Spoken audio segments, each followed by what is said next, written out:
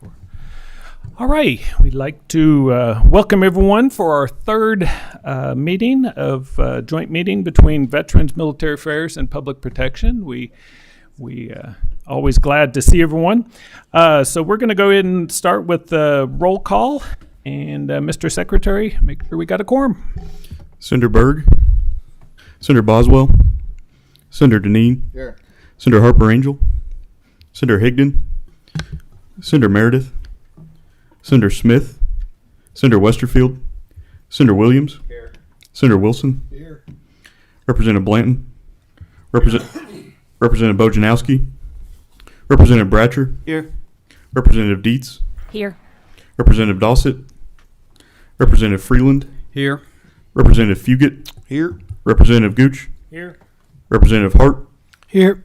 Representative Johnson, Representative Cook, Representative Lewis, Here. Representative Maddox, Here. Representative Massaroni, Present.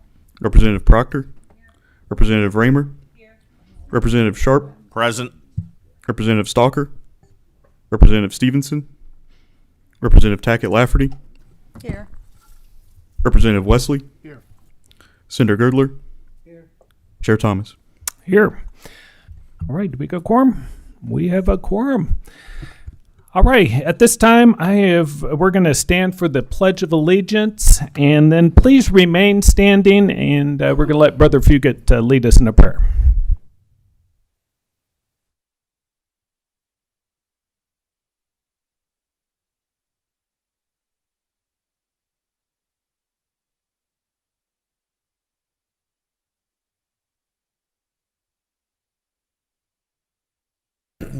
Let's pray together. Heavenly Father, thank you for a good day, Lord, to be here. Thank you for safety as we traveled in this morning. And Lord, thank you for this committee. Thank you for our military and all those that protect us, first responders. Thank you for our country and our state.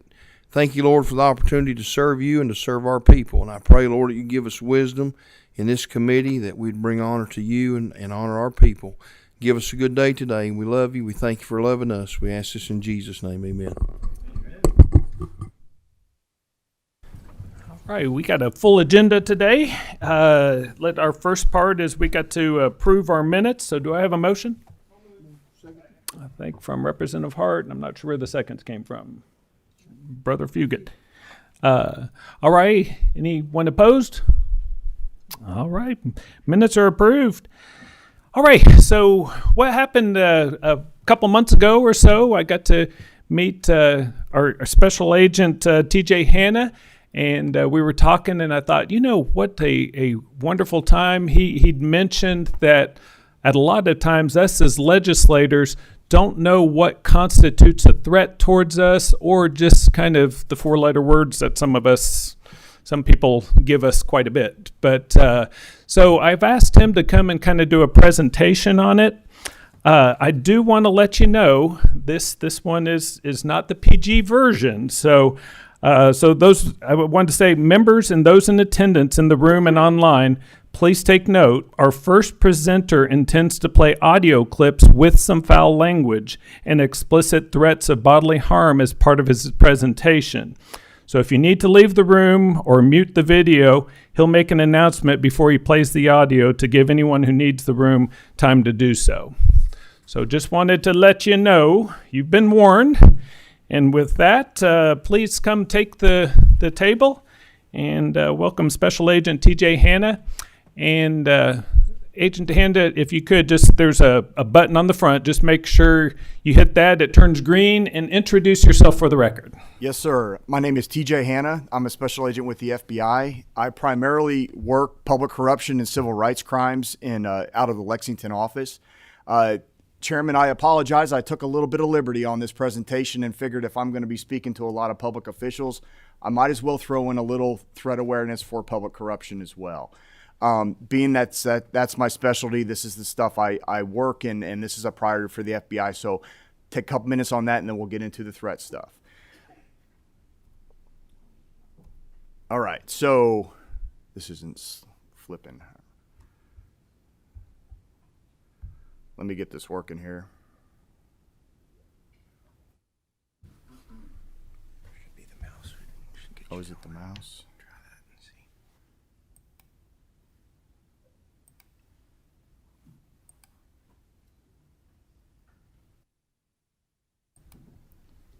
Let's try this. Okay, here we go. So, state of Kentucky, we have 9 offices around the state. So I know that many of you represent areas. It does that every time. Many of you represent areas not directly in central Kentucky, so these are where our offices are located. Just briefly, I'm going to have my contact information at the end of this. Please give me a call. If you need a representative from your area, if there's something that you need attention with, please give me a call. Let me know. I'm more than happy to hook you up with the folks there.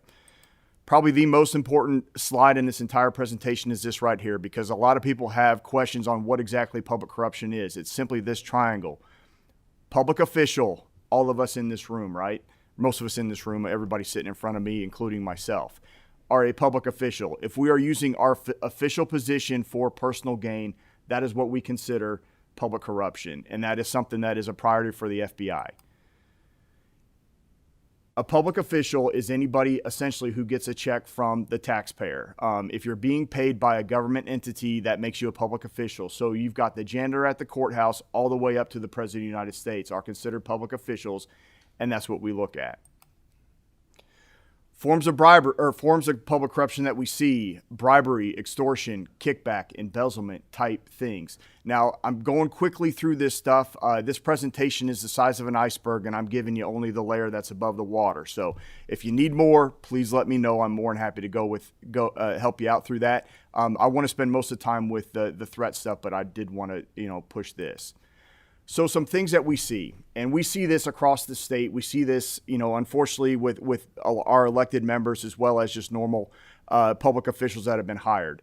The quid pro quo stuff, using their official position for personal gain, things of value, money, property, services, vacations, sports tickets, sex, all those sort of things we see being traded for official acts.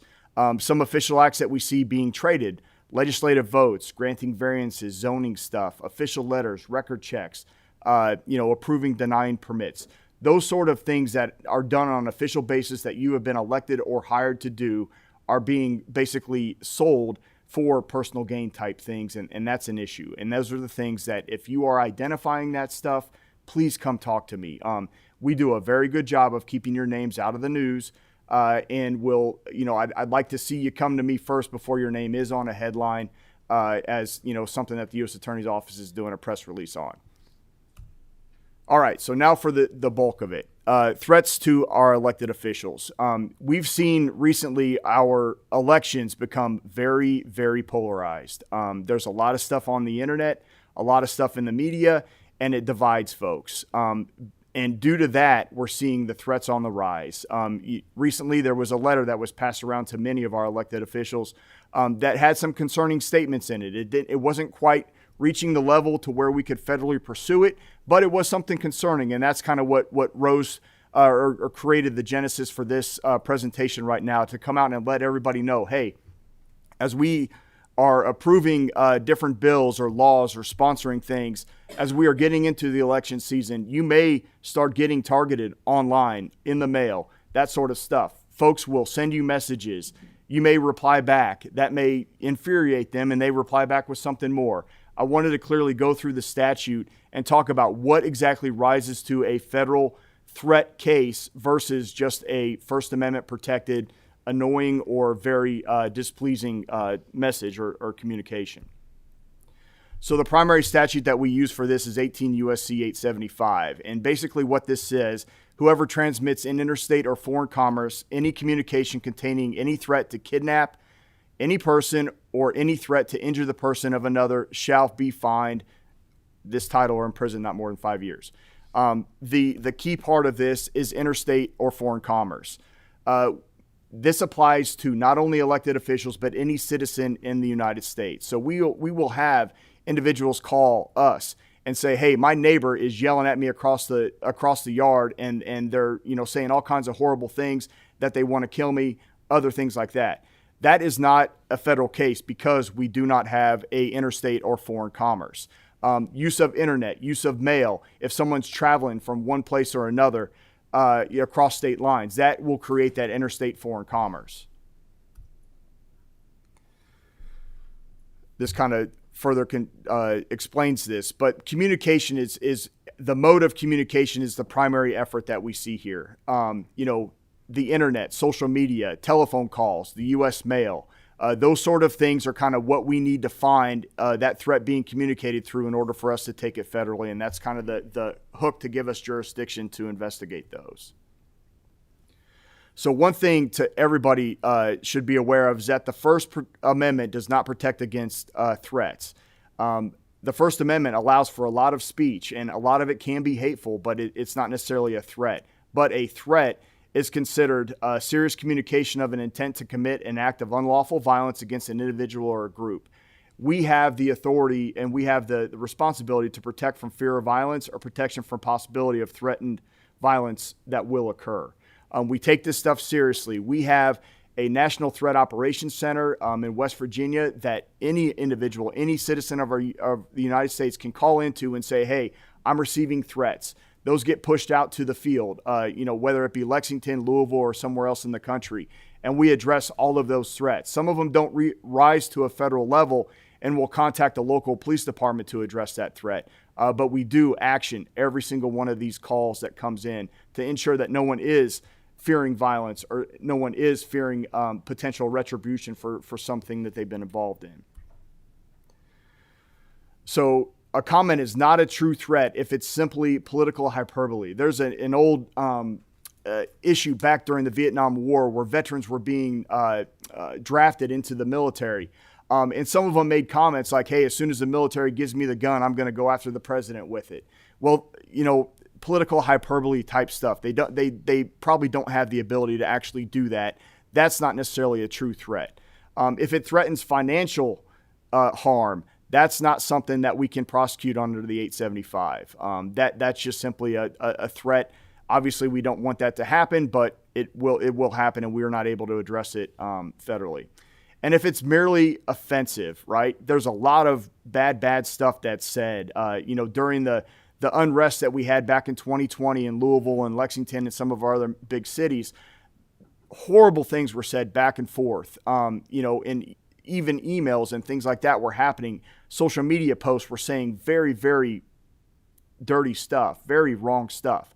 But it happened and we weren't able to prosecute it because it didn't actually rise to the level of a true threat.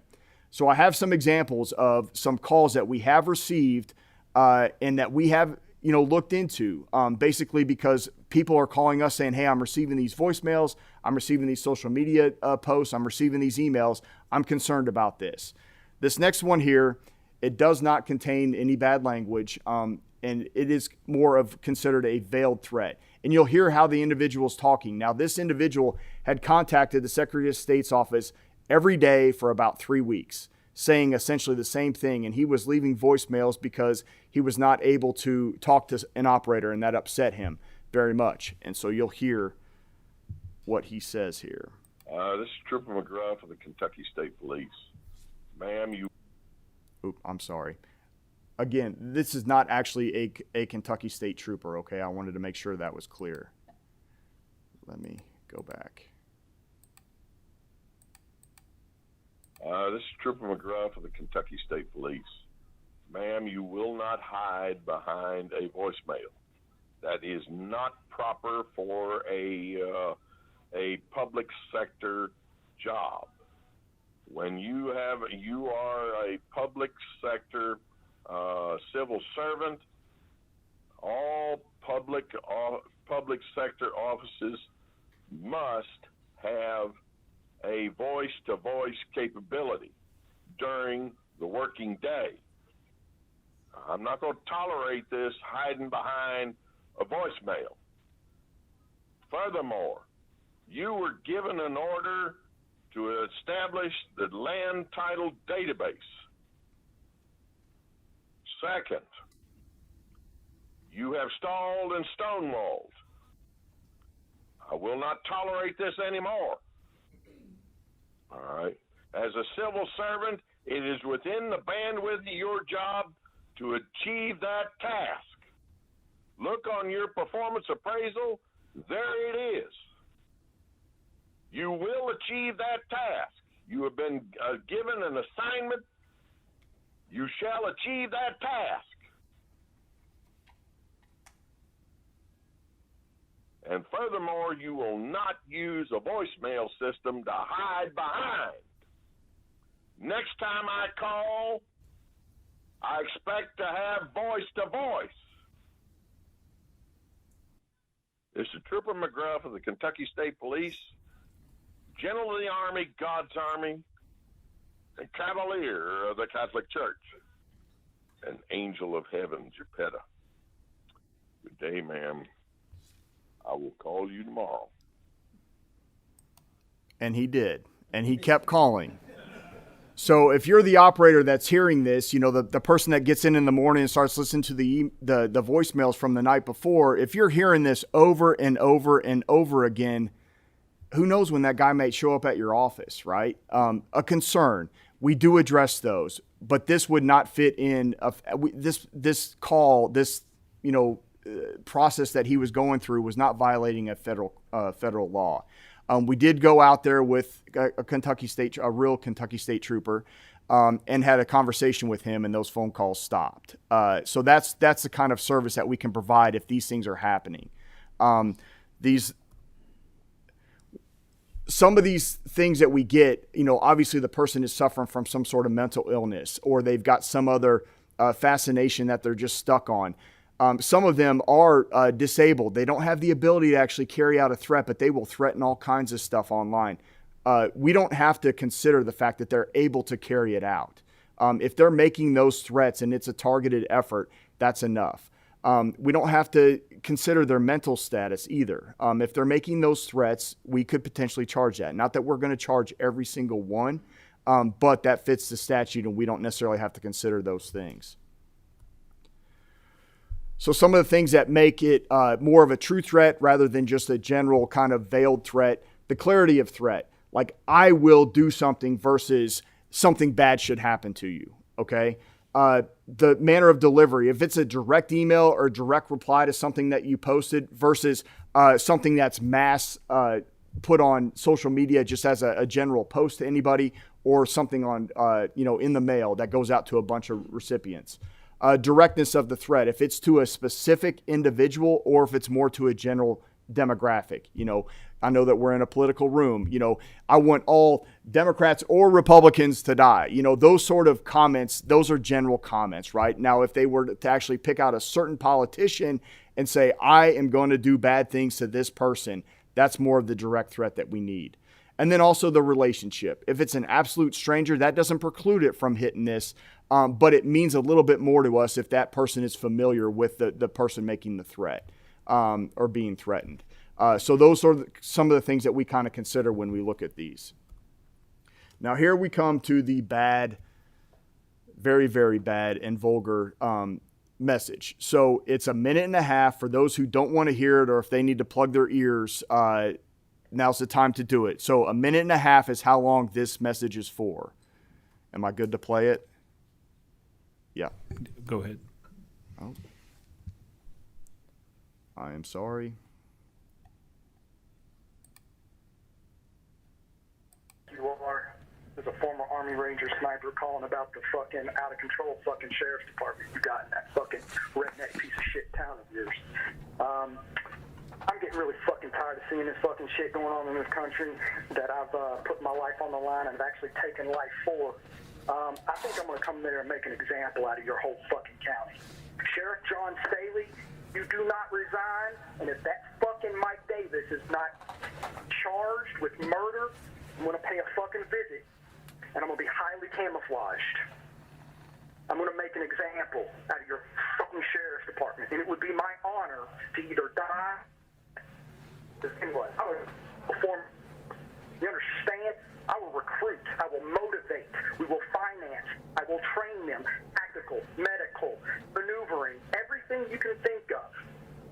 I will bring that fucking shit down, and it will be biblical. This is going on long enough. You're a fucking walking, talking streetlight. All those law enforcement officers, deputies, sheriff, whatever the fuck, got a badge and gun. You have a badge number. You don't even have a name when you put that uniform. In fact, I helped put that uniform on those fuckers' backs, and I'm gonna cut it off. You understand? Sheriff John Staley, I'm gonna fuck your wife after blow your brains out. Pretty obvious that one's a direct threat, right? And I apologize. Like when we first started talking about doing this, I had a lot of reservations about playing this for this audience. But that's the stuff we deal with. Now, this guy sounds like a pretty mean, tough guy. He lived in Lexington, Kentucky. You know how we arrested him? I gave him a call and said, hey, would you come down to the office? I got something to talk to you about. And he's like, yeah, sure. What time? Showed up and we were able to arrest him, right? So easy. So some of these people, they have some bad days and they say some stuff. You know, that we got to figure out the right way to deal with it. And with this one, we were able to do it without. I really feel like had we sent a SWAT team to his house, something bad would have happened. But, you know, we try to think of ways to you know, obviously put these people in custody, thinking about everybody's safety and making sure that they're able to do that without bad things happening. Now, as bad as that was, I have another call here that is a direct threat, but there's not a single cuss word in it. So anybody can listen to it. It's okay. But this one we charged as well. Yes, my name is Wesley Clay, and I'm a very concerned citizen.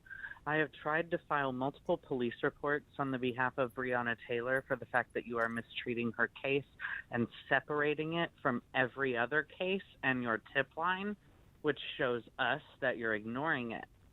So I have tried to file police reports, and your police hang up on me.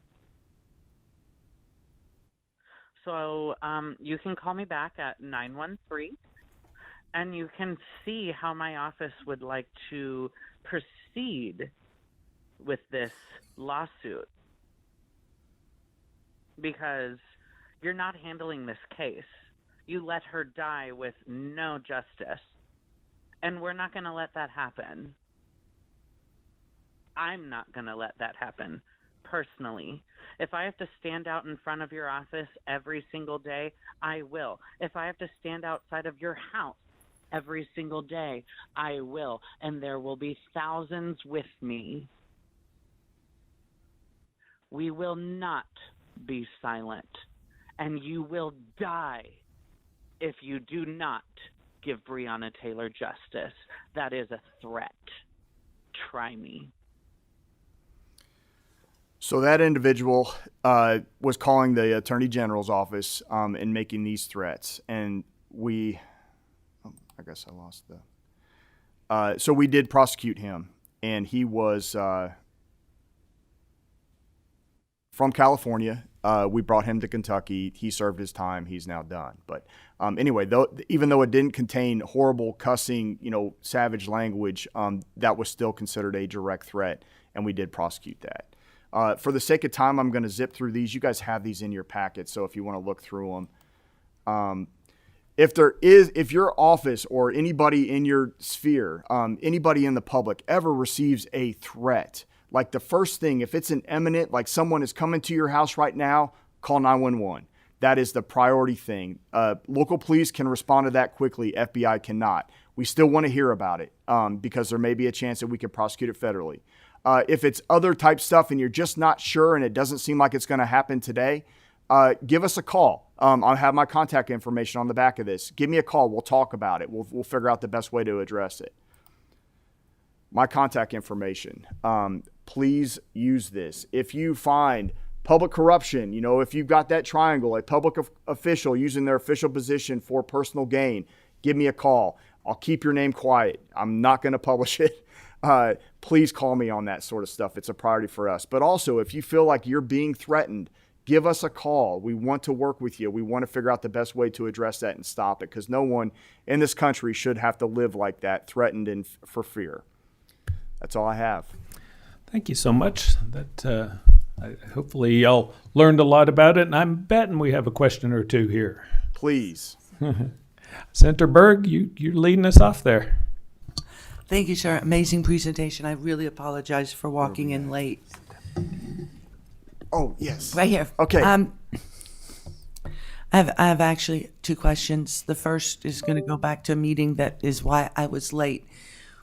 When we get a threat like this and we report it, in the state of Kentucky, what what laws are in place to make sure that these people don't have access to their guns? Well, I will say that there are certain checks that when we receive, it's called our Guardian system. When a threat complaint is called into our National Threat Operations Center, we get a lead through our Guardian.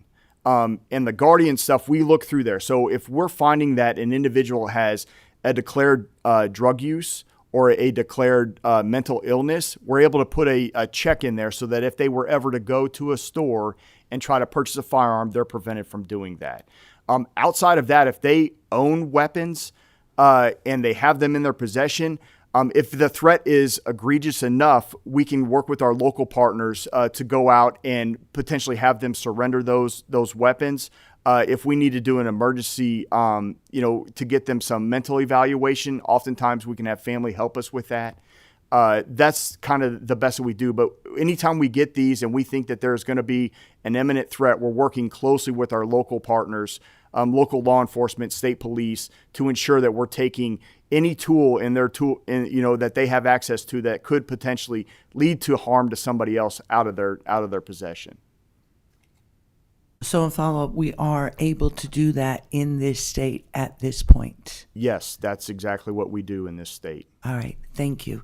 Second question, if I may, sir.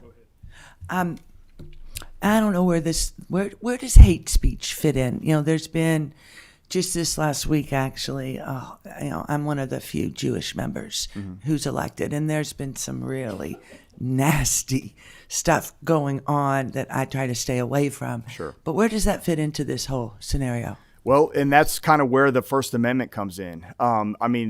Oftentimes there are emails or social media posts that are very, very hateful, but they're not necessarily a threat. And unfortunately, sometimes there's nothing much we can do with that. We obviously want to hear about it. We like to record it because, there may be a potential stalking issue if a person is continually targeting a certain individual based on, race, gender, religion, all those sort of things. If they're continually targeting that over and over and over and over again with simply hate speech, not necessarily a true threat, there could be a stalking issue there. And we could address that federally if the right elements are met in that. A follow-up, please. Is it now, can you be charged with stalking somebody online? Yeah, you can. All right, thank you very much. All right, Representative Dietz. Thank you. This is personal, and at the end I'll have a question. Sure. In 2021, I'm an attorney, and on the other side of the case was a pro se individual who's also an attorney. In 2021, he started ramping up threats, not direct threats, on Facebook. Never tagged me. In November of 2021, what you played for a minute and a half pales in comparison to what he said to me in 7 minutes, using the F word 58 times of what he was going to do to me and to my family, to the family court judge, to his staff attorney. Played about 5 minutes before we had court. He's been suspended. So, of course, that takes on a whole different, everything's been taken from him. But nothing happened to him. Other than he lost his license, there's been no prosecution. I was not in this capacity at that time. I became a candidate then the next year. We go to court next week. So last week he starts ramping up again on Facebook, but this time now using representative deeds and saying things that I'm doing in my capacity as a state representative, not as attorney deeds. Mm-hmm. So I immediately reached out to our communications people, all the people here that I needed to let know that representative deeds didn't say those things. So I guess my question is, this is all on Facebook, not a tag, but he ramps it up. His audience is small, I know this, but what he did the last time, he shut down a courthouse. The judge had police outside of his residence. I had police outside my residence, had it outside my office. I take those as real threats, especially Absolutely. in that situation where you're going to lose your child, you've lost your license to practice. Those are real. So I guess explain a little bit about, with Facebook, when you see those threats, those are direct threats. Now, what he's doing in the past week isn't. It's more of an intimidation that somehow I'm going to now leave my client, right? I mean, that's what he's trying to do, and I'm not going to do that. So I guess where does the Facebook and social media, when those threats are made, do they have to tag you for that to be a real threat? No, not necessarily. If someone is simply making a statement of, I'm going to do bad things to this specific person, they could put it out on a general post, and that would potentially be enough. That it's that direct statement. I am going to do something bad to this person. If something fits within that element, wherever they post it or mail it or whatever, would still essentially fit the statute. I would love to look at those messages and, take a look. You said that one message happened back in 2021. Yeah, Okay. it's viral. I think it within- went across the state, at least through the Bar Association. We're and within it's statute. out there. We're within statute if you want to get that to me. Okay, thank you. All right. Well, thank you so much. I appreciate it. Just real quick before you go, mention I know you have been serving in your capacity for 7 years, and you decided you want to stay in Lexington, and now you're getting ready to take a new position. Tell me that kind of the procedure that FBI has, that you can't stay in one spot too long and stuff. Sure. So. It's a process that our agency has to where when you become, so I've been the supervisor of the Lexington office for the past 5 years. I get to a point in my career where I term out. Usually you have an opportunity to either promote or to step down. But to promote, I'd have to move my family and myself to another spot in the country. We absolutely love Kentucky. And so I and my family made the decision that I'll step down. And that's actually became effective last week. So I'm now a special agent working cases. My priority is going to be public corruption and civil rights crimes. That's what my background is.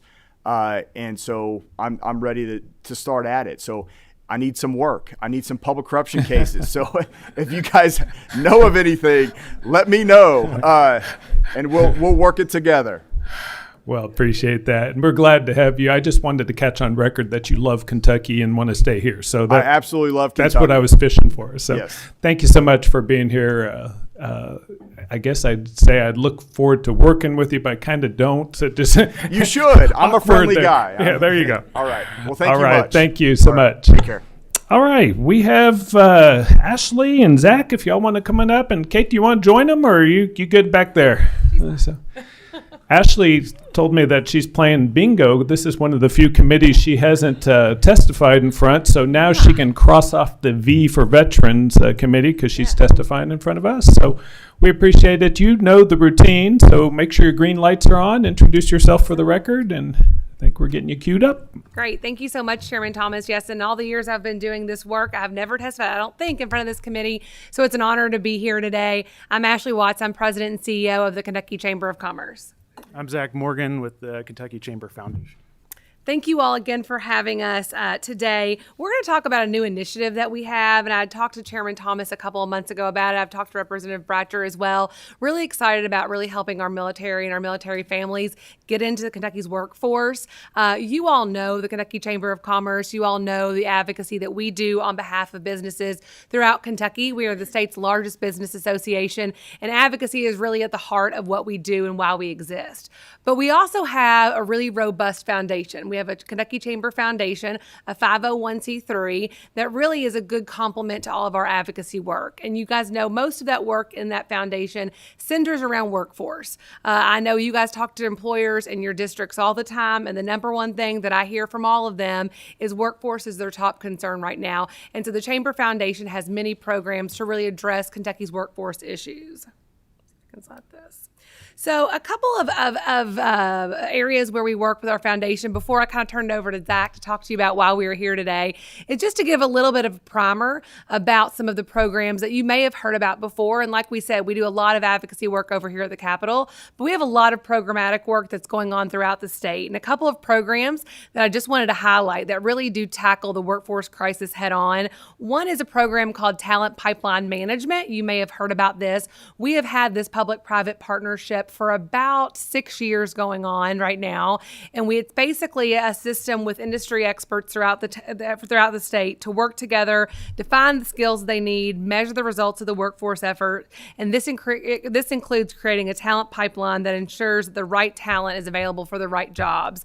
And we also have recent partnerships with the Distillers Association. The Kentucky Hospital Association has recently contracted with us to do their workforce initiative as well. And this has been a very successful program, really going to the heart of some of the workforce issues that we have throughout the Commonwealth.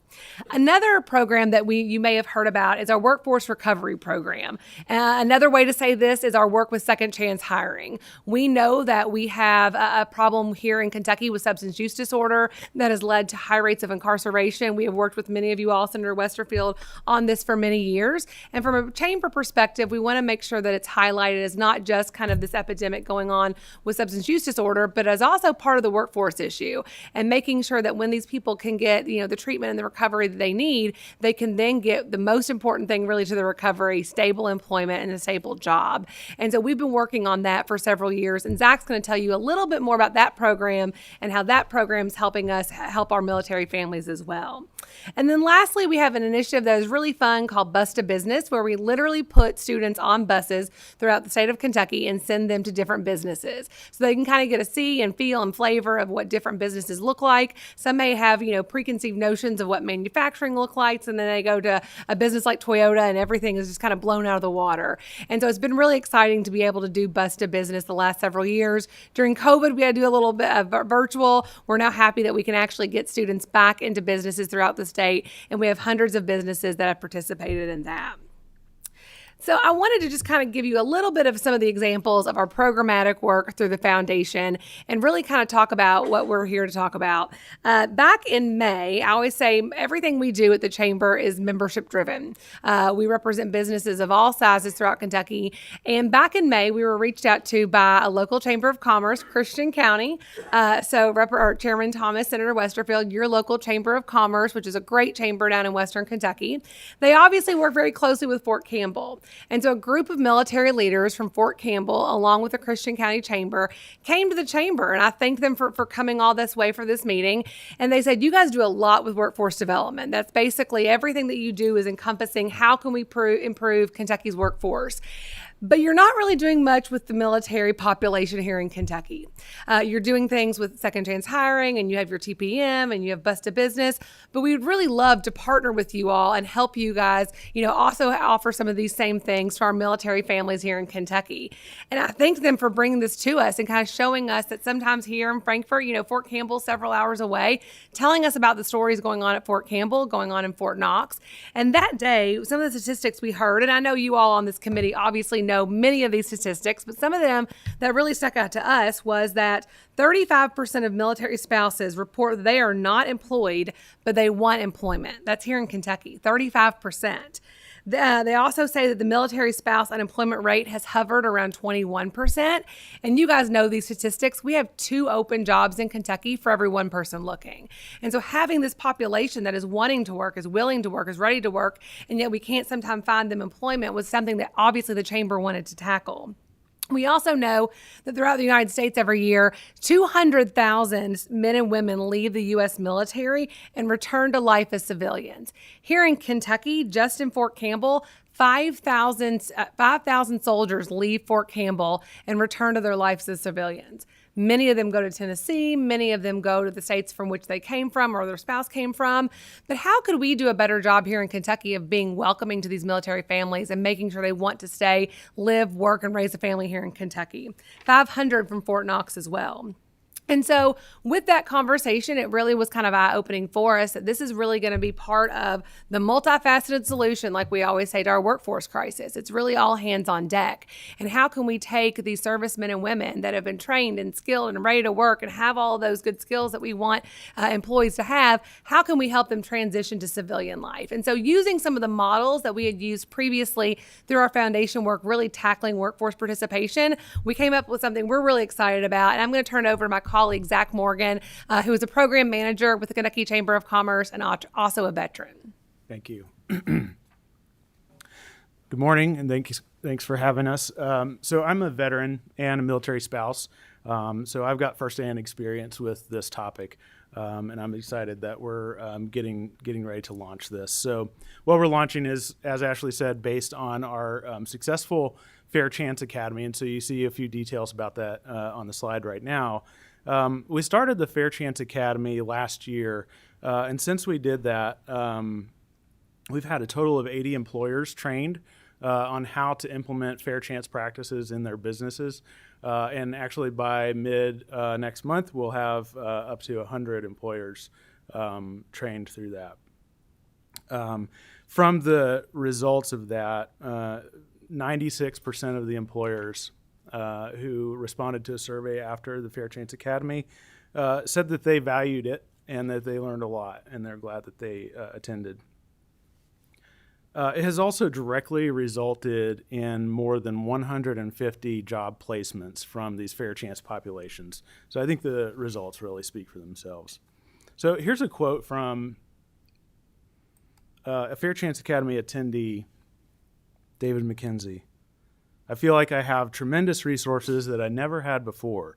It gives me even more confidence that we're going to be successful." So that's what we're trying to do with the Military Hiring Academy. Here's the thing. With jobs for military populations, there's many efforts to help veterans and military spouses to get jobs. And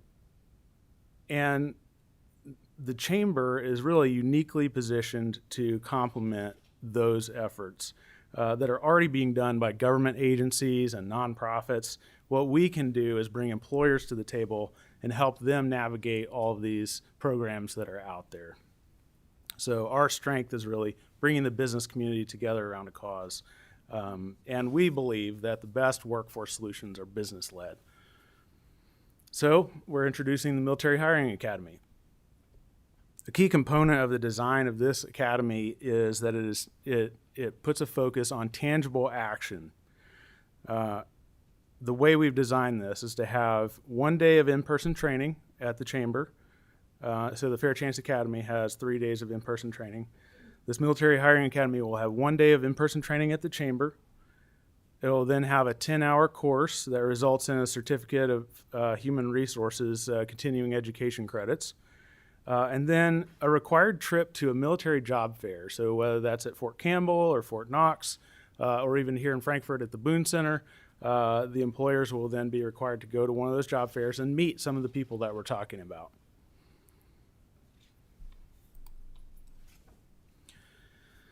So registration for the Academy is going to be opening soon. And the first cohort we plan to have start in January. So our request at this time from you is to help spread the word to your communities.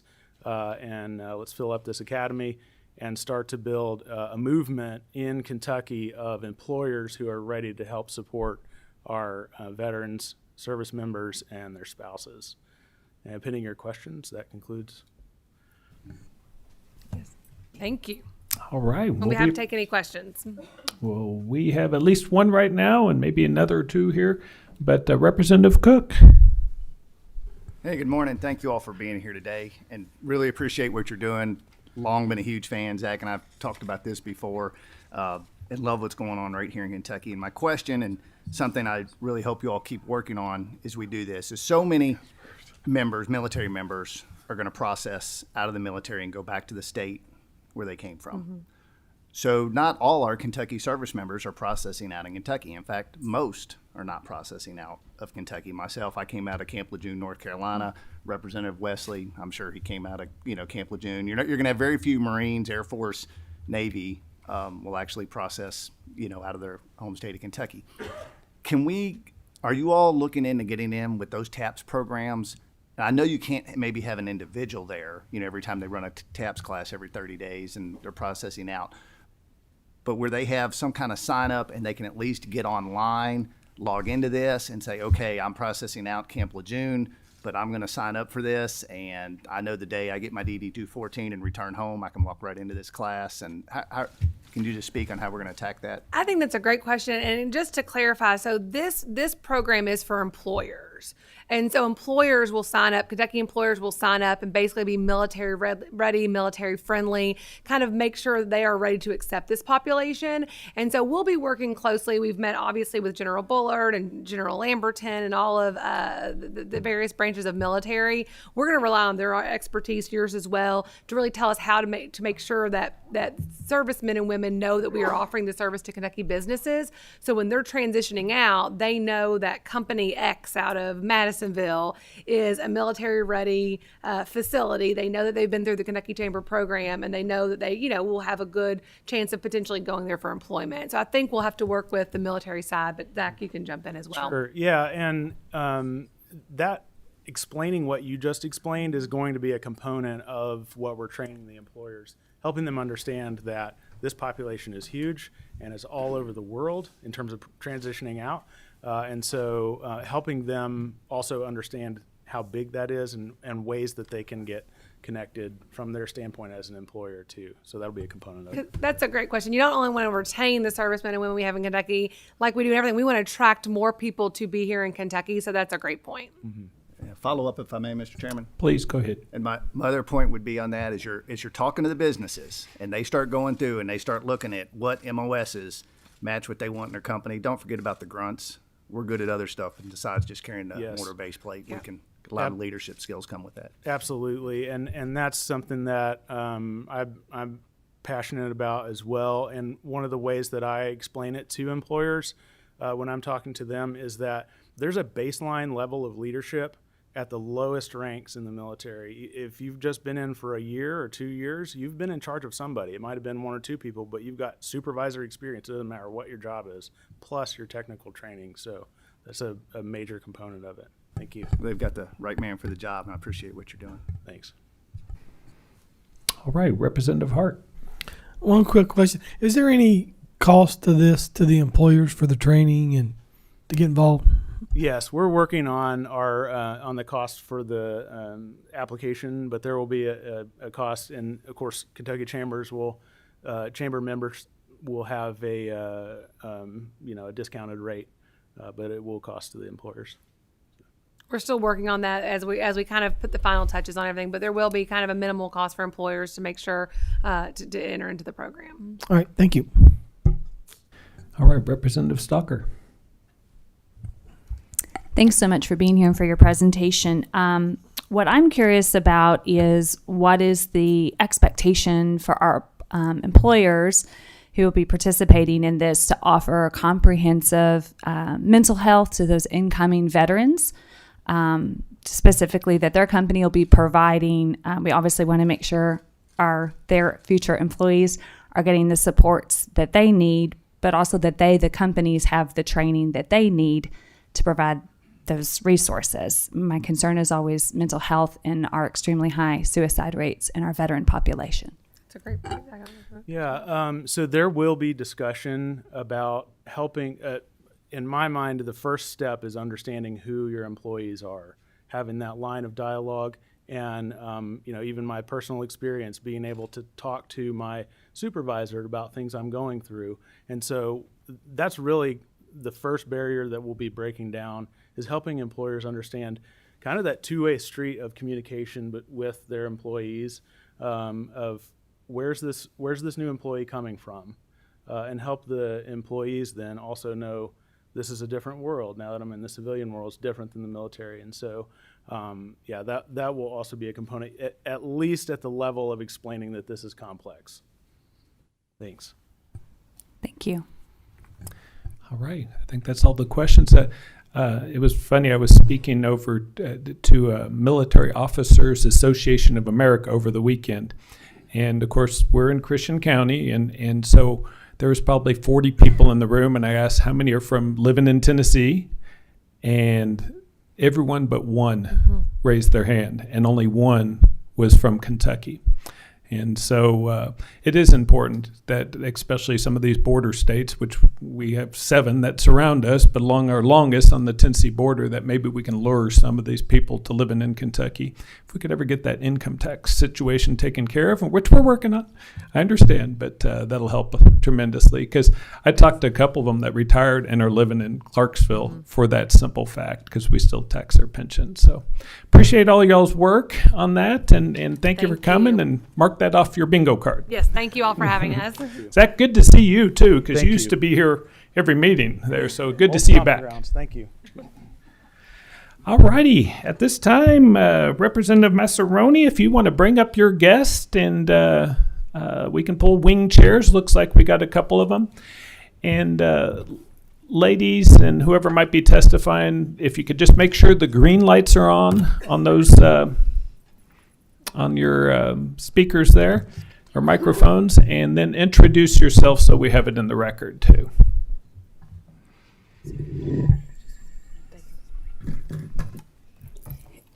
I'm Tammy Boblet. Angela Parkerson. I'm not, Sorry. yeah, try that again. Angela Parkerson. I'm Ashley Green. And I'm Representative Massaroni. Today, we just want to address a dire issue. It's a heart-wrenching issue. It's affecting every community across the nation, and especially Kentucky. It's the deadly impact of the drug cartels who are peddling not only illegal narcotics, but a hidden danger. It's as fentanyl. The fentanyl crisis is not limited to those who are actively seeking out opioids. It's hidden in various street drugs like marijuana, the vapes or kids are smoking or vaping. It's creating a hidden danger that anyone of us could experience. No Kentucky family is not going to be affected by this over the next couple of years. It's a ticking time bomb in our neighborhoods, in our schools, and our workplaces. Today, I want to hand over my time to these incredible ladies who have lost their children due to this crisis, and they have turned their grief into a passion to educate and prevent other lives from being taken from this poison. So, Tammy? I think Angela's going to go first. Okay. Can you hear me? Okay. First of all, thank you all for having us here today, and especially to our representative, Candy Massaroni.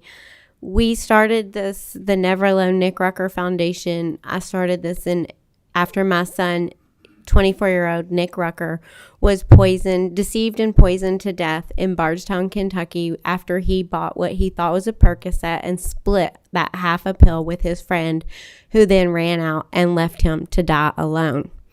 I was told by the police that a crime had occurred. My son didn't struggle with a substance use disorder. He was now what I know is called a recreational user, someone who may smoke marijuana or occasionally try something if his friend had it. That day I was told that a crime had occurred and we were forced to have an autopsy on our son's body, which we did not want.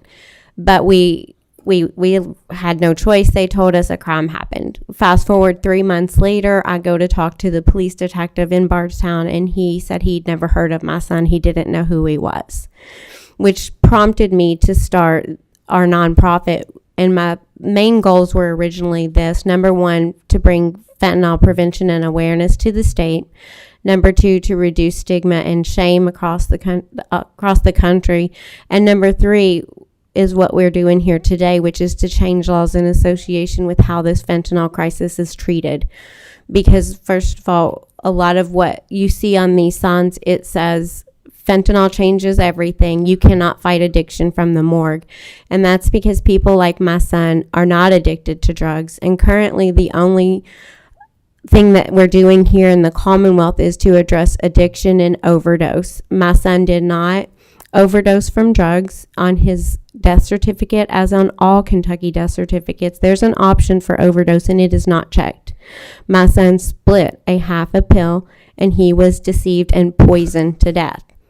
And I have made it my commitment to go across the state, go across the nation, to learn about this and to be educated about it, which I bring back into my community in Nelson County, Davis County, Jefferson County, Jessamine County, We've been doing work all across the Commonwealth, which we do billboards, some of you may have seen, that say fentanyl is not a choice, it's murder. And those we pay for as parents because we don't want anyone to find out about fentanyl the way that we did. The day I found out about fentanyl is when I called the coroner and asked when my son's body would be returned, and they said very soon. We're overflowing with bodies. I said, oh my God, is that COVID? They said no, fentanyl. And I said, what is fentanyl? That's when I found out about fentanyl, and since then I have made it my mission to bring the awareness and education that's not being brought by our public officials or our community. And I feel like our police officers are not all educated or understand what's happening in our communities, in which we have 3 laws that we want to present to all of you here today. And the number one being is fentanyl is not a choice, it's murder. My son he did not choose to take fentanyl. And from all of the work that we do in drug recovery centers and everything, most of the people who are in there have no idea they have taken fentanyl.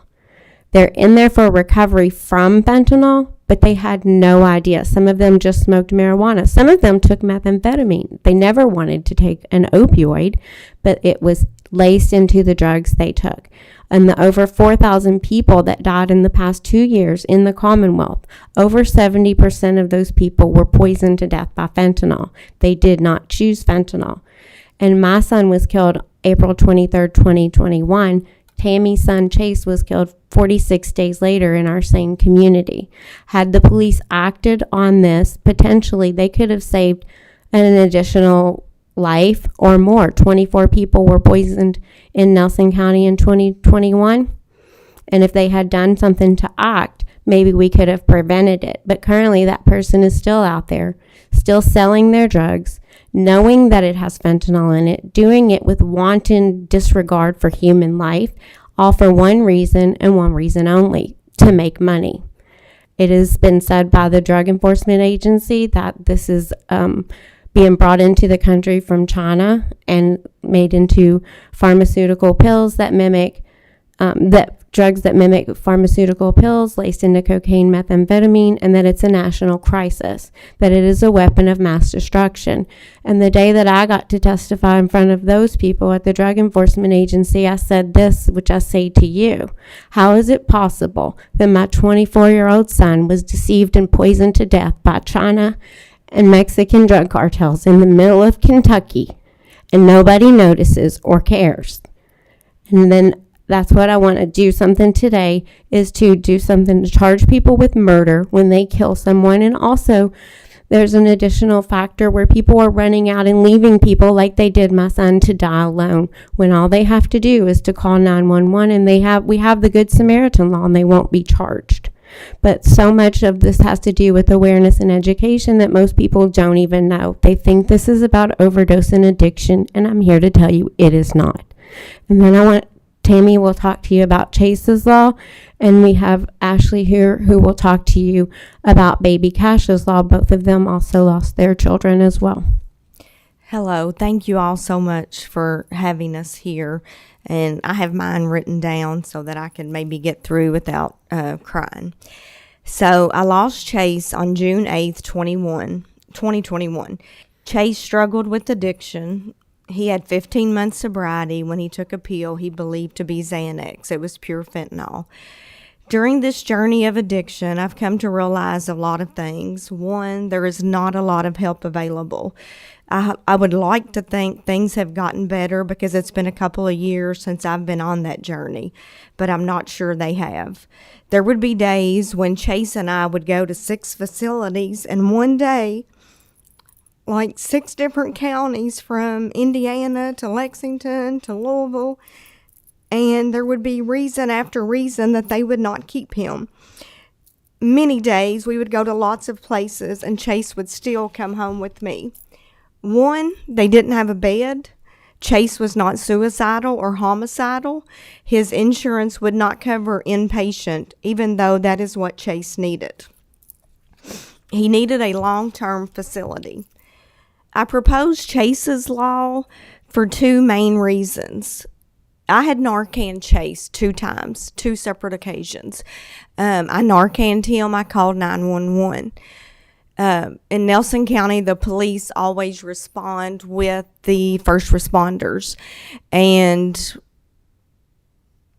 if Chase was alert when they got there, they would not take him. The ambulance would not make him go anywhere. The police would not take him anywhere. I would beg them, what can I do? What do I need to do? Can you take him somewhere so that I know he is safe while I figure out what needs to be done next? And they were like, no, the EMTs, we cannot make him go. The police, we cannot make him go if he does not have a warrant.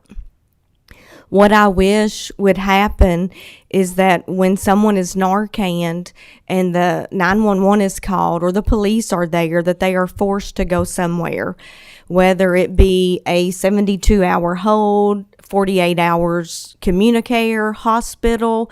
I know jail is not the answer, but somewhere so that you know they are safe for 2 reasons. One, so you know they are safe and I can figure out what I need to do to regroup, and I knew that Chase would be okay.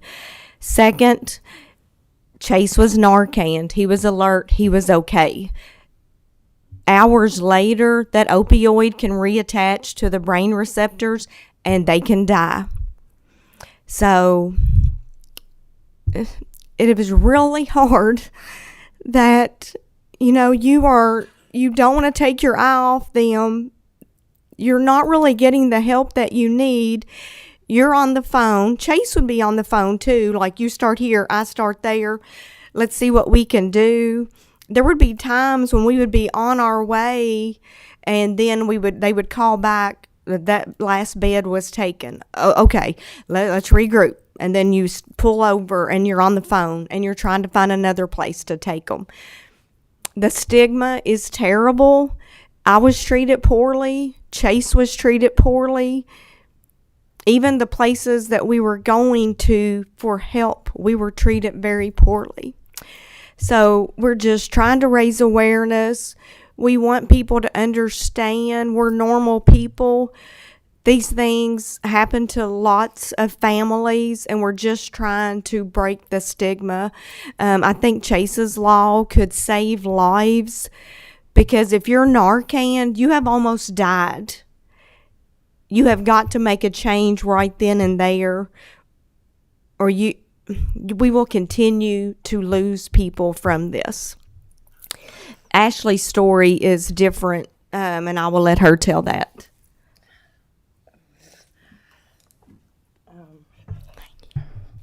Thank you guys for having me.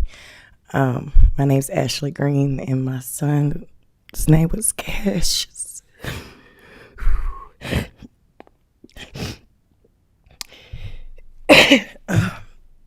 Okay. 4 months ago, I would have never thought I would be in front of legislation. This was not in my plan.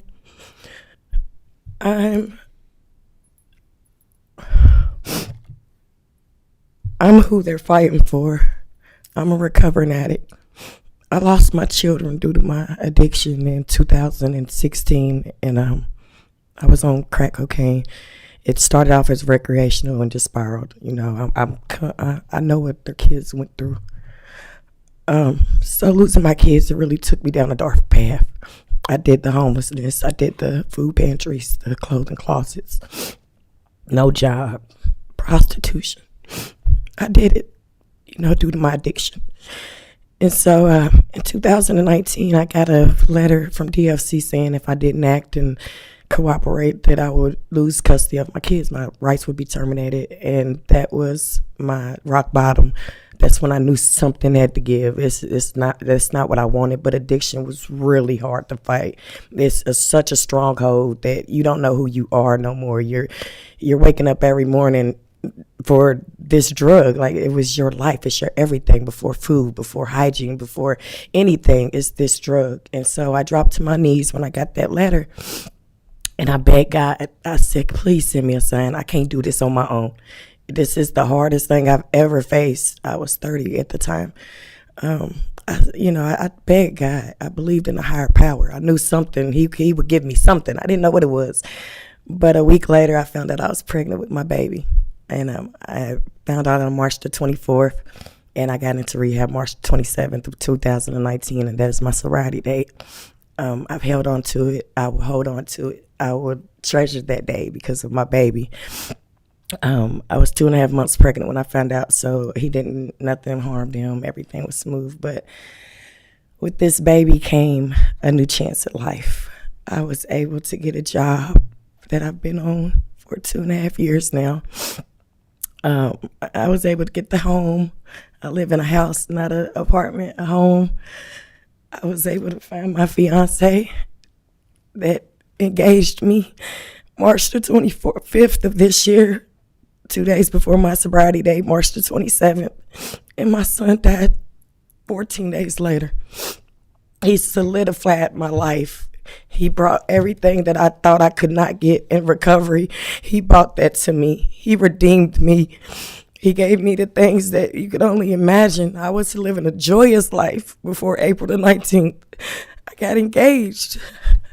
I never thought I would be worthy of somebody to love me for everything that I was going through. I was going through a custody battle with DFC trying to fight for he's 13 now, but he was 11 at the time. And they kept saying that my drug screens were coming up positive. They wouldn't do anything about them. I was taking 3 in a day and 1 was coming back positive. This is in Indiana, and they would count that against me. And my case became stagnant. Even though I was showing up to my court dates, I was asking for extra drug screens. I showed up to my therapy sessions, my IOP sessions, the NA meetings. They wanted 3. I gave them 6. I did everything to prove that I wasn't using, and they still terminated my rights on my baby, on my oldest son. And that I voluntarily gave them over, but they gave me the alternative. Either they open a case on baby Cash and take him too, or I voluntarily give them to my aunt, who ended up abusing my son. So now he is with strangers, she's a lovely lady. Since my son passed away, she brought him back into my life. But my son, he's captured the world, you guys. I've got over 10,000 something followers now following my son's story. He captivated the world. Trinidad, China, Africa, Jamaica, Texas, everybody's watching his story because they see he's worth fighting for. These toddlers, in my son's case, there was 4 people in the house. I sent my son to his dad's house. We rotated. He had him Friday to Friday. I had him Friday to Friday. So the night that he passed away, there was a roommate in the house, and she's the only user in the house of fentanyl. After my son's passed, she's been documented overdosing. She's in drug court for a drug problem, which, of course, fentanyl, some type of choice. So the detectives are saying that it's going to be a hard case to prosecute because there's 4 people in the house and nobody's admitting.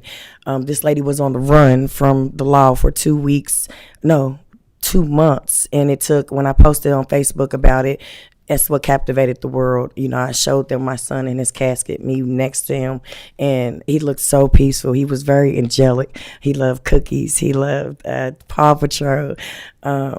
He loved everybody. He had this infectious smile. Like, my son, he was important. And for me to be sitting here with you guys, I think that's how important he is. It's just, how did he save me from addiction, to die from addiction? And nobody's going to be prosecuted for that. With his law, I would like to see the people in that household, if it's 2 or more people, because there's another baby that we're fighting for, Cameron. She passed away 1 year old. Her dad, he was in the house with her. There was an open and shut case. With my son, there's 4 people. Nobody's admitting to it. They should have drug tested them people on site. Because, yes, granted, it took 2 months for the autopsy report to come back, but maybe you guys can expedite that, especially when it's undetermined. There wasn't no foul play. They did the x-rays at the hospital. Nothing, a physical was done. So, therefore, how did this baby just die? And, he was 3 years old, it's a toddler. I'm pretty sure everybody in this room knows of a toddler in their life, whether it's a grandchild, a great niece, anybody. They're precious. They're innocent. He did not do fentanyl. He did not come across that, on his own. An adult in that house had it. and nobody's going to be prosecuted for that. That's not fair to him or his life nor his purpose. He came to save me from addiction. I would not be sitting here. My family would not have their daughter, their sister, my kids, their mother. I wouldn't have met these two people that are in the same fight. I'm fighting for these toddlers. It took everything in me to make the post that I did that captivated the world, but something just told me his story's not over. I can't just let him die. He's too important. How can you not see? He was nothing but love. Everybody loved him. His eyes were the most captivating thing on his feature. So he was very angelic. Even in death, I didn't know how I was going to pay for his funeral, and Kozer stepped in. The casket that he was supposed to get, it was supposed to be a 2-year-old's casket, because he was 3, but he was about this tall. He was so small, and I never understood why he was so small. But when it came time to bury him, the casket that he should have been in was $8,000. Because he was this small, it was $1,900. It was a 2-year-old's casket. I had nothing to worry about to bury him. It went smooth. Everything went so smooth. He got laid to rest peacefully. I know his story is bigger than me, than saving me. Is to save these kids. And that's what I'm proposing to you guys, that, at least if nobody's going to admit to it, everybody needs to be held accountable. Whether that's through a drug screen that eliminates who was using the drug in the house, something has to be done. People just can't kill innocent babies. And this lady, I feel sorry for her. I'm not even mad at her. I don't hate her. I was an addict before. I understand everything she went through. She panicked and put my baby in that bed with his dad dead. And that's how they found him, already dead. So it sucks his life had to end like that, but I know he's working from above. I came across them on Facebook, and they've been my rocks since then. All these women and mothers that's lost their kids to fentanyl, it's a really big deal, and you don't know it's there until you get thrown into it, like me. I thought after I got engaged, I was going to my son was going to be my ring bearer. And now I have to use the picture to walk with him down the aisle. That's all. I'm sorry. Thank you. I also just wanted to say that some of what we bring to you is not just our 3 stories. We represent affected families across Kentucky. We speak and across the United States, but specifically where you guys can help here in Kentucky. Many of the young girls that I know that maybe got into drugs through a boyfriend or something, some of them, maybe they try to leave them. There's something out there called a hot shot.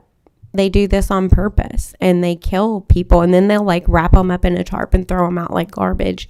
And then we're told that by the police there's nothing that they can do. It's just drugs. The police in my situation told me they can't go to a different state and bring the boy back that left him, because those are not the same kind of deaths that we can prosecute.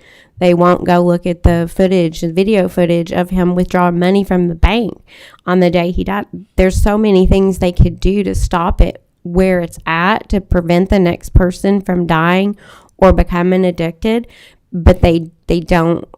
I don't know if they don't have the tools or they don't think they're allowed. And one thing I will say in final is my son was working at Hillview Pizza Hut, and the Bullitt County police there told me there was nothing they could do, that the prosecutor in Bullitt County will not prosecute drug deaths because he blames the victim for taking drugs in the first place.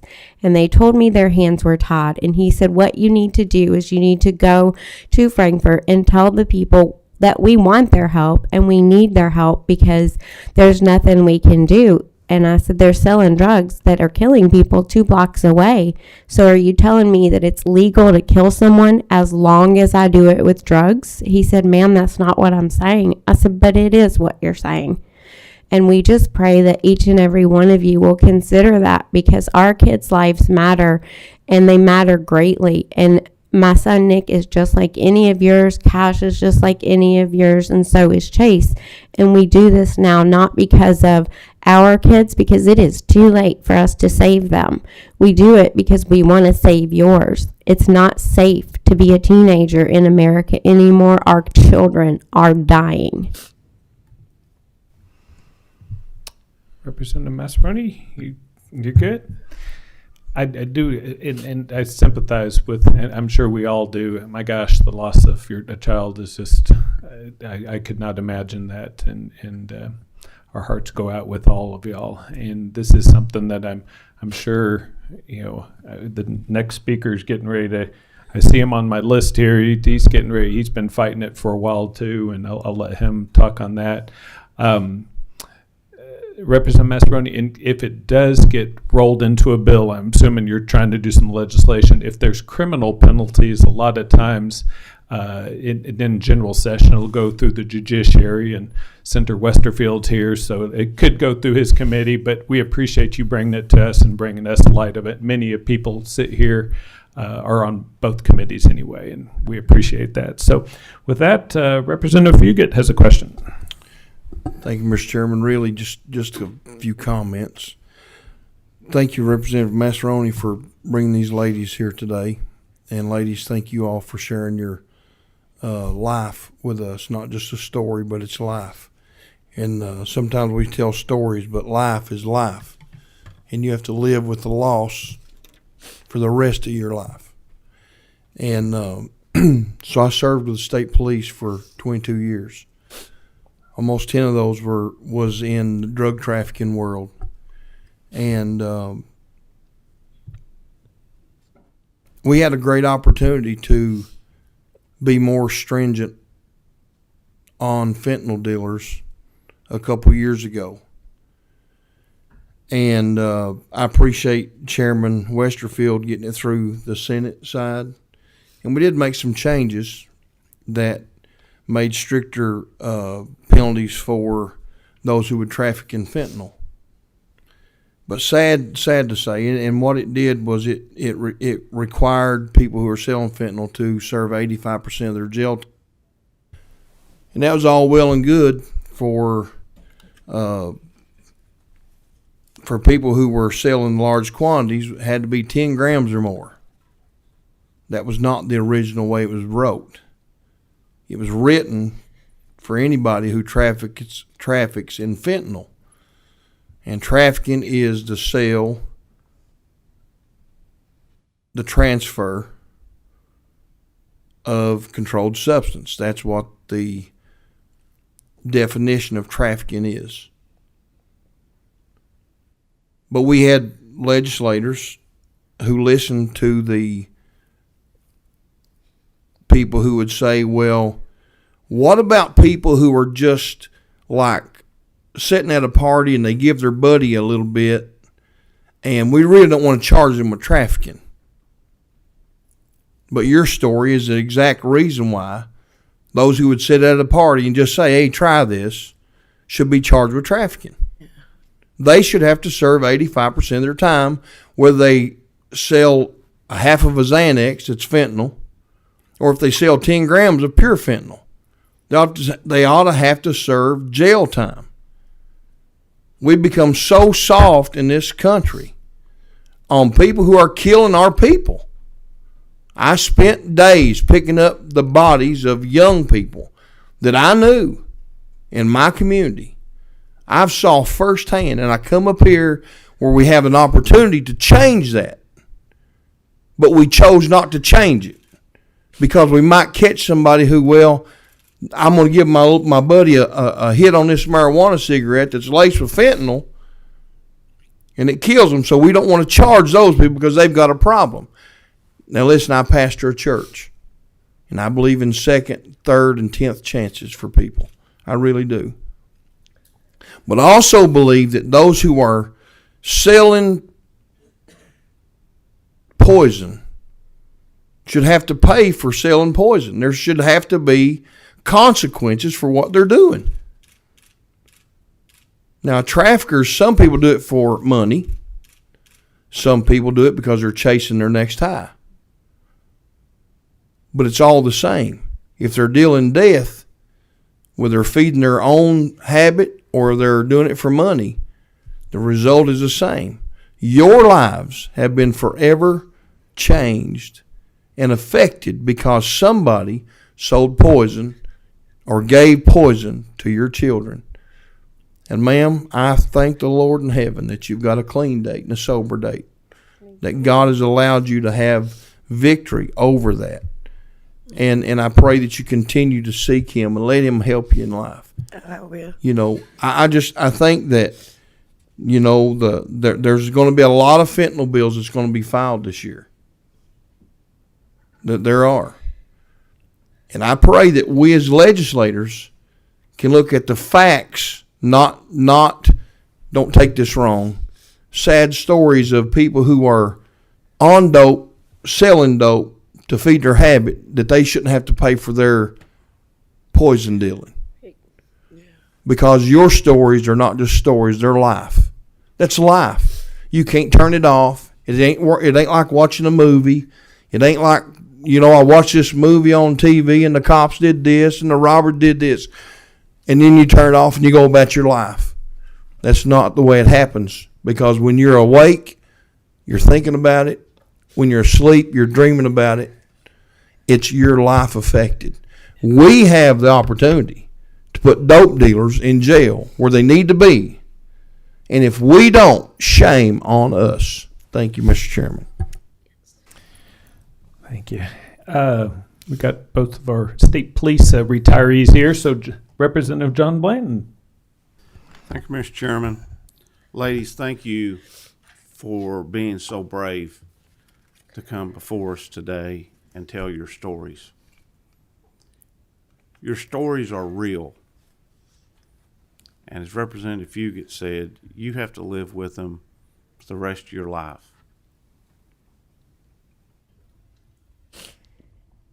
Time will help us to learn to live with wounds, but it'll never heal them. You'll never forget.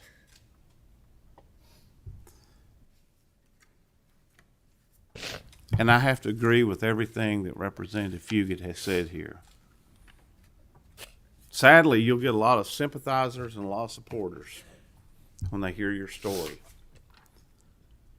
But when we put things, call people's hands, if you will, in reality, they're always looking to simplify, make things a little easier. Representative Fugit's bill was one of those things. Should have been purely if it's got fentanyl, period. Period. There's no use for it. It's death. Deadly. And he's right. Somebody may be distributing drugs to support their habit. They're still a dealer. Okay? That's why Representative Frazier and myself are working on legislation that some, quite frankly, are calling into question, because we want to make and we want to hold those traffickers to be held accountable with making it the charge of murder. If you provide drugs to somebody and they lose their life, then you ought to be charged with murder. Period. Because you're responsible for their death. I have, and I'm not just saying fentanyl. I'm saying all drugs. And we need to go after all of them. I personally have sent doctors in this state to federal prison for misprescribing purposefully opioids to hundreds and thousands of people. I've personally did that. And I continue as Representative Fugit that we need to strengthen our laws. I understand sympathy. I understand second chances and third chances. Sometimes, though, instead of being so sympathetic to these people that may even be users that are giving drugs or selling drugs, do you ever think that maybe sending them to jail might be hitting that rock bottom that helps them get straight instead of 6 months or a year later they're dead from an overdose? Yeah. Mm-hmm. Yeah. Or the next day. Sometimes they need to hit rock bottom, right? Yes. And you know, if we hold these people accountable for what they did, it may be a blessing to them as well. Mm-hmm. But we have members in this General Assembly are more worried about being sympathetic to the drug users and dealers than they are to your children that you lost and you. I'm sorry, but that's just reality. Yes. We see it when we bring these tough pieces of legislation to hold these people accountable. Somebody, and it's not a partisan issue, okay? This isn't an R&D issue. It's all sides have them. Okay, they want to be sympathetic.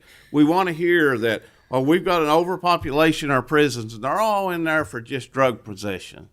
Well, first of all, there isn't but a small percentage of us that's been out there in the real world, that's lived and worked around these people, that stood over the dead bodies of children that's died from this poison. Right. There's very few of us that know the reality of it. And the reality of the statement that we've got all these people incarcerated for drug possession in Kentucky doesn't know how the system works. The system works like this. You get caught with trafficking, you get charged.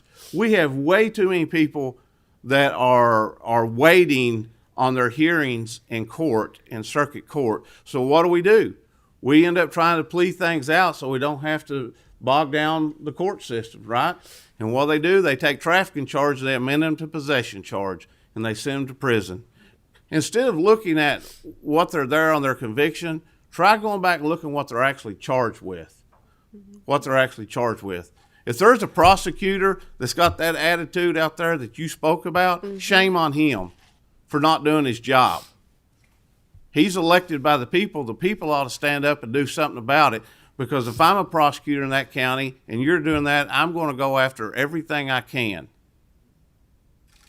So know that you have supporters here that are not just telling you we're sympathetic. We're trying to do something about it. And one of those things is myself and Representative Frazier will give each one of these people sitting on this committee here in this upcoming session a chance to say yes, we vote yes, that if you distribute drugs and somebody dies from that drug, you can be charged with murder. It doesn't mean you don't get your day in court. Doesn't mean that you're innocent, that you're guilty. You're still innocent until proven guilty, but you're going to be charged with it, and you're going to face the consequences of the judicial system in Kentucky. And if found by a jury of your peers or a plea that you are guilty of murder, then you shall so be charged. Thank you, Mr. Speaker. Thank you. Thank you. All right, let's make this the last question because we got one more presenter, and Senator Deneen. Thank you all for coming today. Your stories are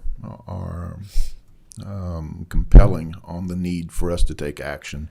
I've been looking at this issue for quite some time myself. We have a presentation coming up here at the next meeting that I encourage everyone to make sure you're here for. And that is our drug task force will be coming here to give us a presentation about the truth about how severe this issue is. And one of the things that's compelling for me, after sitting through one of their offices for about 3 hours one afternoon, is that we have 11 drug task force teams across the Commonwealth, made up of officers from many different departments, from the sheriff's department, from the state troopers, from the city police. They all contribute members to drug task force teams. But I can promise you this, those drug task force teams are woefully underfunded. They're struggling with personnel. The federal government has cut funding to them through the defund the police movement. HIDA funds have been cut, and they use those funds to hire additional officers. Some of those drug task force, with only 11, they're undermanned. And they're up against a tidal wave of what's coming into the Commonwealth.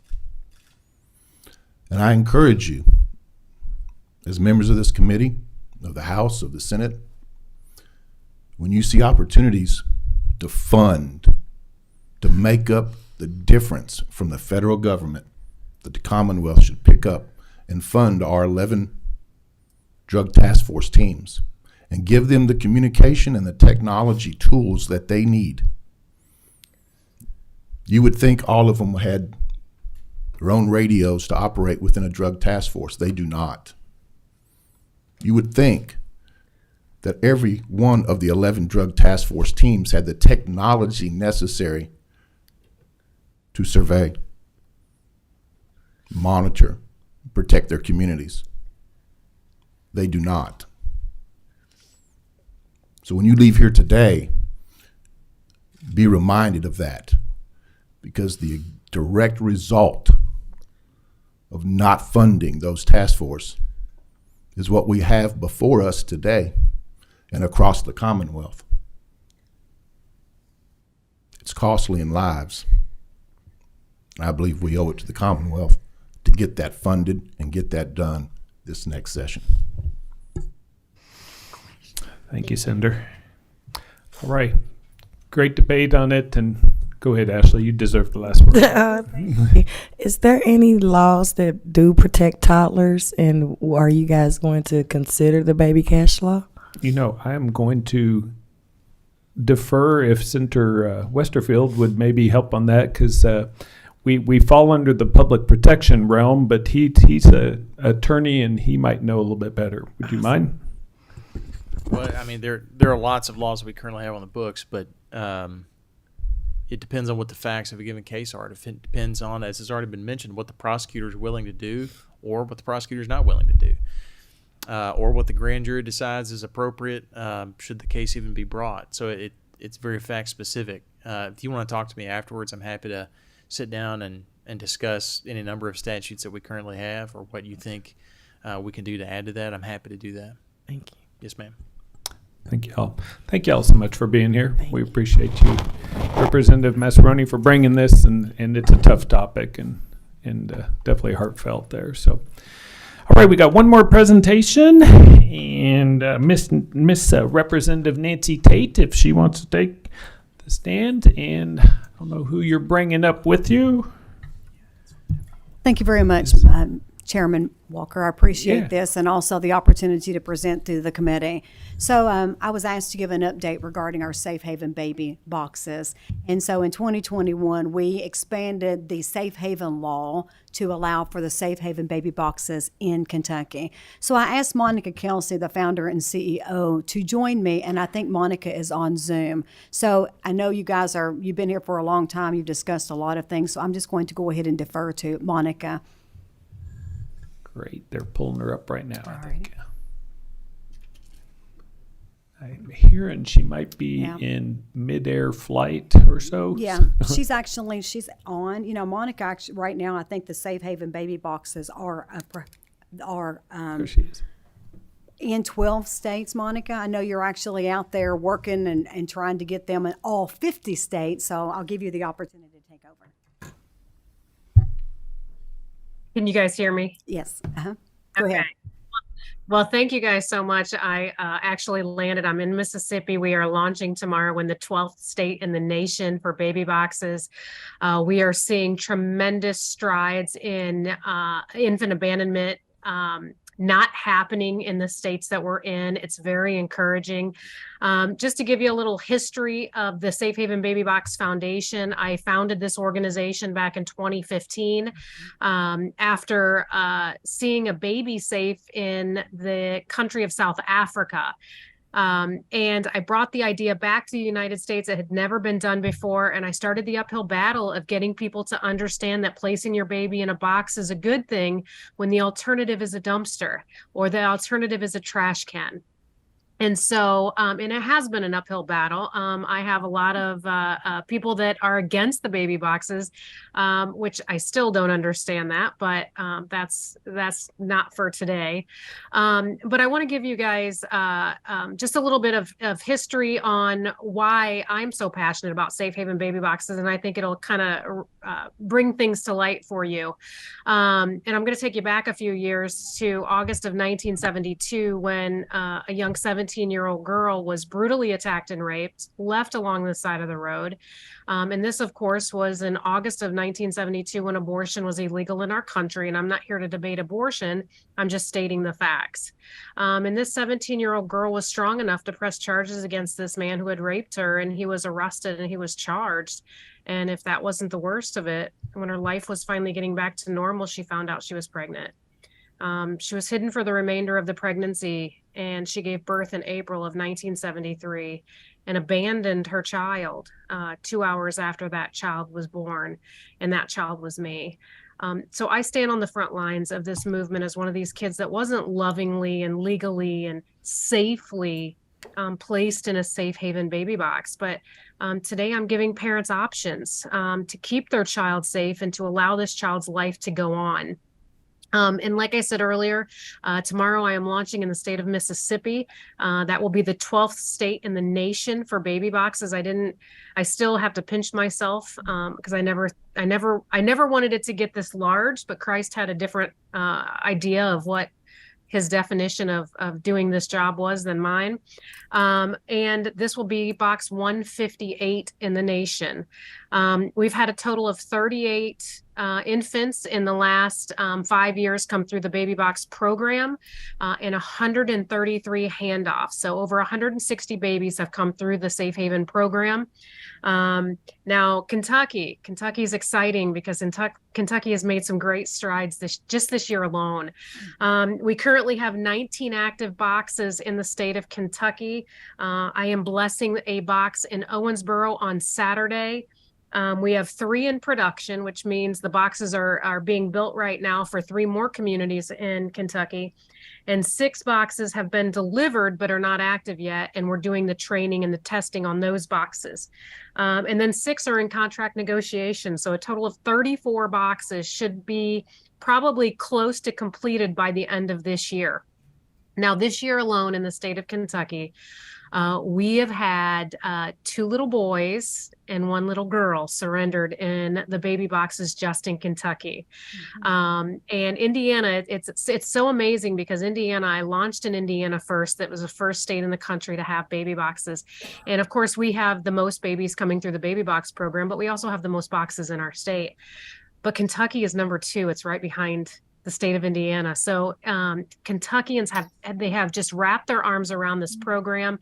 Babies are being saved, women are being helped, and I couldn't be more proud to be standing with a lot of your communities in Kentucky, giving this resource to parents. A couple of things that I wanted to just kind of, because I don't want to make this too long, but I just wanted to kind of see some of the negative things across this country that we're trying to fix. Anytime a new program across America, you're going to have to go back to the board and change a few things. Well, currently, and I've spoken with Representative Tate about this. We helped a mom in Kentucky surrender at an emergency room ER. And the ER wanted the birth mom's information. Now, this is supposed to be confidential when a mother goes in and surrenders an infant to an ER staff member. The ER staff member put it into the computer. They transferred this baby to the protection of Safe Haven and then gave this birth mother's information to the cabinet.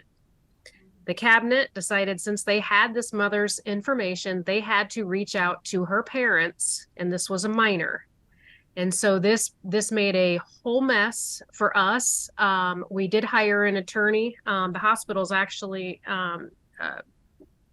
I don't want to get into that, but there's a case on that for this birth mom. But the fact that the hospital didn't follow policy is really what started that mess. And so we have to educate our first responders that when a mother walks into a hospital, which is what we prefer, we don't prefer women use these baby boxes. This is a last resort option. We want them walking in.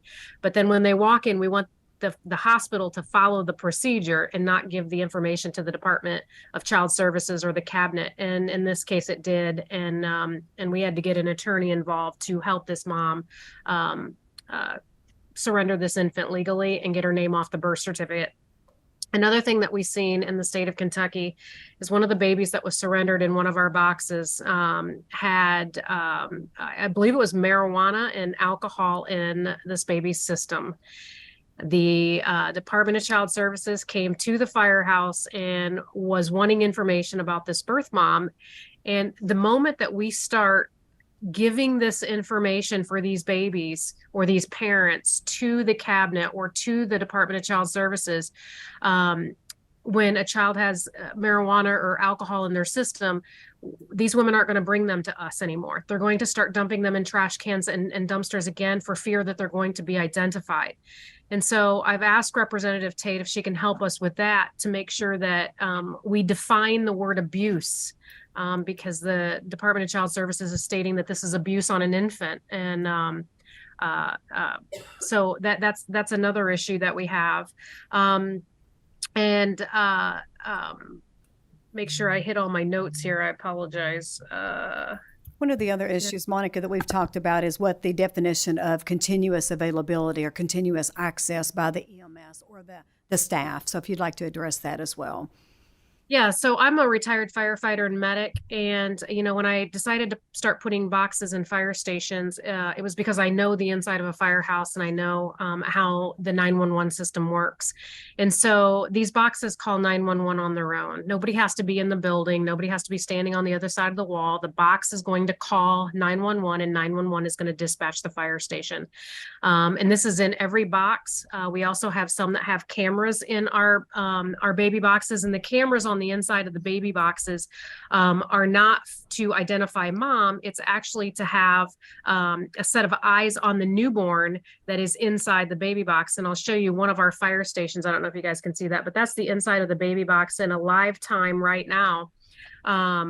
So the technology is amazing that we have in these boxes, and we're notified within 60 seconds that these babies are in these boxes. But what we're also seeing with the legislation is it's not quite clear enough. We have two different opinions from two different attorneys. One saying that they don't have to be standing in the building. They just have to be staffed 24 hours a day. They could be on a call, because we all know that if a fire department gets a call, nobody's staying behind to man a baby box. They're all going to fight a fire. And so we want to make sure that the fire department is protected if they leave and a baby is surrendered in one of our boxes, which we've had happen 3 times, where there was no one in the building. The box called 911, 911 dispatched, the fire department came back to the building and pulled babies all in under 5 minutes. That is how quick these boxes call 911. So it's very, the technology is just absolutely amazing. And so we want to make sure that that's clear, probably clean up that language as well. And I think Representative Tate is working on that, which I think is really important to make sure our first responders are protected. Well, Monica, I appreciate you so much, and there might be some questions, but I thought that it was so important for everyone to get an update. Some of you, of course, are new and aren't familiar with the legislation that we passed, but I think the other part is that this is absolutely a success story. We have so many times we have controversial issues, but these, there were 2 bills, one in 2021 and then one in 2023 that allowed for EMS boxes to be in the EMSs. And in both of those cases, there were absolutely no votes for either one of those bills. So I appreciate everyone's involvement and everyone's support of this very successful service. One of the things that we've also discovered is that it doesn't really help if you have a service and no one knows about it. So in Brandenburg, where I live, we don't have a Safe Haven baby box. I've contacted Monica and her staff to put a Safe Haven baby box in our EMS station, but we don't have one yet. But what we did is, as a community, we put up a billboard, a really large billboard that discussed the Safe Haven law. And because of the communication with the 3 babies surrendered in the Commonwealth, and then also with our communication, we had a lady that just recently in Brandenburg walked into our EMS with no baby box but surrendered her baby. And so those are the success stories, I think, that so infrequently you all get access to, and that we had the opportunity to talk to you about. But I want to, again, thank Monica for everything that she's doing, and then also come back and thank this committee, because this committee was the catalyst for providing Safe Haven baby boxes in Kentucky. Thank you both. Monica, hang tight, because we got one question and it could be directed towards you. Representative Bratcher. Representative Tate, thank you for your instrumental work in this area. I know that you were instrumental in putting one down in just outside in Hardin County. In Hardin County. Do you know if there's been anything in that one? Have they received a baby in that one since it's gone in? No, as Monica mentioned, there's been 3 babies surrendered in the Commonwealth, and 2 of them were in Bowling Green, and then 1 in the Okolona. The Okolona Fire Station was the very first box that we opened up here in Kentucky. And it's really very interesting that Bowling Green has had 2 surrenders, because one of the things that turned us on to this idea here in Kentucky was because, unfortunately, there have been more than 1 baby abandoned in the Bowling Green area. And so for there to be options now for people, instead of the dumpsters and instead of a garbage bag, which is what happened in Bowling Green, to give them an option to anonymously surrender their baby when they, for whatever reason, they cannot take care of that child. It's a very sad situation. But as opposed to the alternative, this is a wonderful situation. Thank you. Well, thank you both for being here. This was a great meeting. We appreciate all of our testifiers. Ladies, thank y'all, and congratulations on your engagement there soon. Thanks, Monica. At this time, we just got a little bit of house cleaning real quick. Representative Bratcher, you want to touch base on the challenge coins that many of y'all might have ordered? Sure. Thank you, Chair. We have the coins are in, and I have them if you want to come by and see me. They're $4 a piece. So if you didn't order them and you want some, we did order some extras. So just they're in and they're available. Oh, sorry. And co-chair, you got anything? Don't want to tee up your meeting next month? Keep it a surprise there. All right. I do want to say KCTCS was having something in the Rotundo earlier. We have missed that. That was 11 o'clock, but I believe they were hosting a lunch down in room 113. It started at 12, so I don't know if any of us will get down there or not, but we can all fight to get down there. So we appreciate